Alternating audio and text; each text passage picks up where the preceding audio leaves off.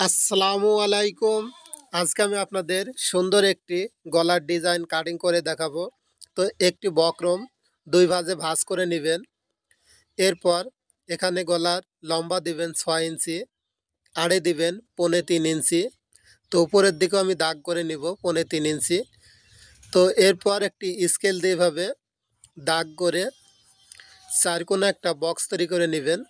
তো ভিউয়ার্স, এটা আমি কাগজ দিয়ে দেখাচ্ছি, আপনারা অবশ্যই ফিউজিং বক্রম দোকান থেকে কিনে নেবেন। তো এখানে ডিজাইনটা করার জন্য উপরের থেকে 4.5 ইঞ্চিতে একটি চিহ্ন করে নেবেন।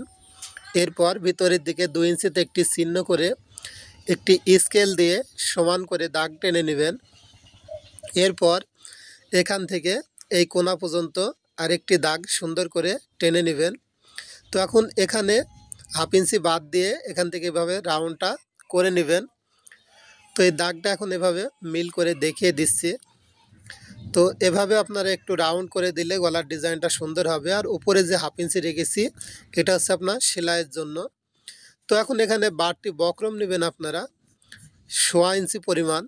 তো নেওয়ার পর এভাবে সুন্দর করে দাগ টেনে নেবেন।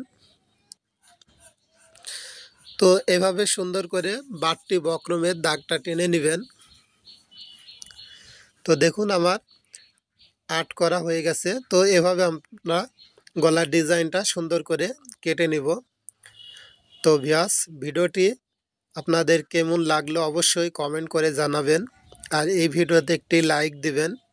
কোন জেলার থেকে আপনি ভিডিওটি দেখছেন অবশ্যই কমেন্ট করে জানিয়ে দিবেন। তো ভিউয়ার্স, অবশ্যই যদি ফেসবুক থেকে ভিডিওটি দেখে থাকেন ফেসবুক পেজটি ফলো দিয়ে রাখবেন। আর ইউটিউব থেকে দেখলে ইউটিউব চ্যানেলটি সাবস্ক্রাইব করে রাখবেন।